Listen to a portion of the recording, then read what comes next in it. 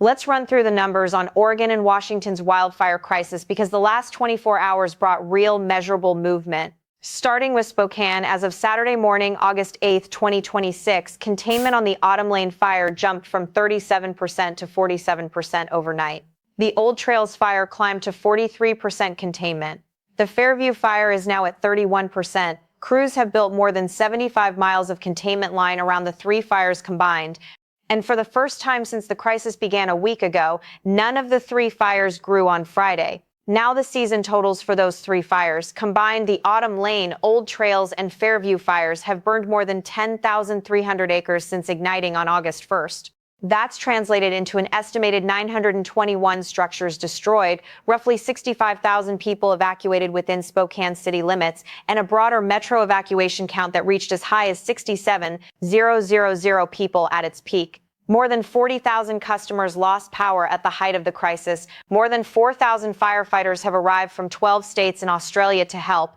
By the way, if you'd like specific weather forecasts for your region or city, please leave them in the comments. I'll answer them individually as time allows.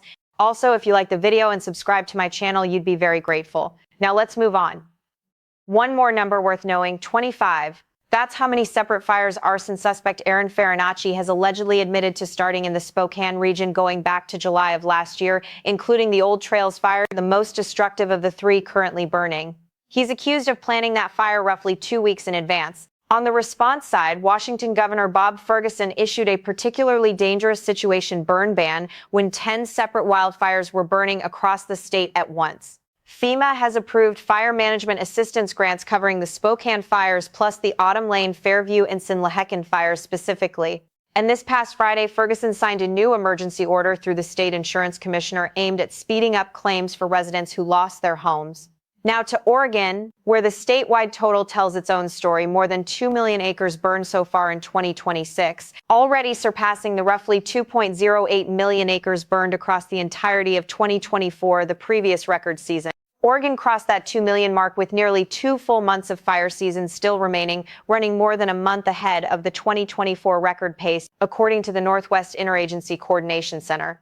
Fire by fire, here's where things stand. The Roe Creek Complex, 357,895 acres, 73% contained, up from the 55 to 64% range just days earlier, with more than 1,600 personnel assigned and favorable overnight humidity, helping crews gain ground even under red flag warning conditions. The Big Grass Fire, 442,316 acres, larger than the entire city of Los Angeles, 41% contained, sparked naturally on July 23rd.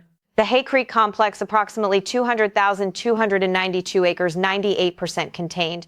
The Henry Fire, close to 29,850 acres, 97% contained. The Coyote Fire, 17,448 acres, 89% contained.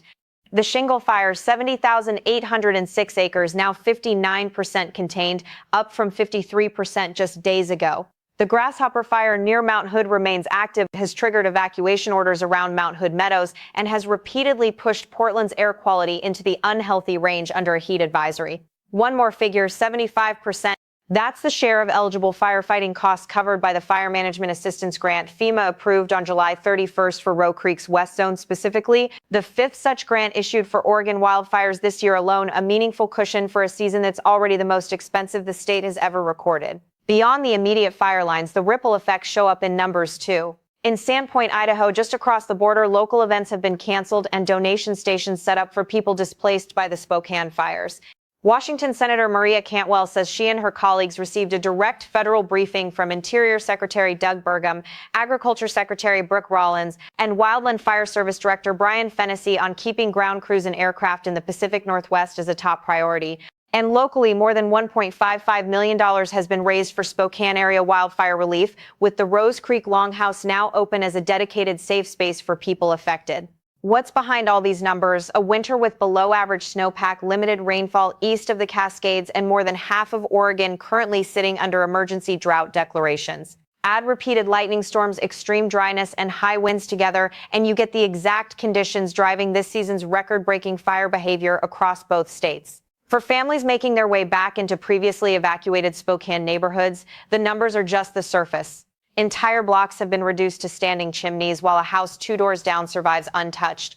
Power and internet remain out in the hardest hit areas with no confirmed restoration date, and insurance claims are only just beginning to move, even with a new state emergency order in place meant to speed the process up. Bottom line, thousands remain displaced tonight across Spokane and Central Oregon. Hundreds of structures are gone, and air quality keeps swinging into unhealthy territory in both states. Hotter, drier, breezier conditions are forecast to return in the days ahead, even after this weekend's cooler break, and red flag conditions remain a real possibility heading into next week. Officials in both states say the coming weeks, not just days, will decide the final numbers on this record-breaking season. I'll keep bringing you the latest as these numbers change because both of these fire seasons are still very much being written in real time.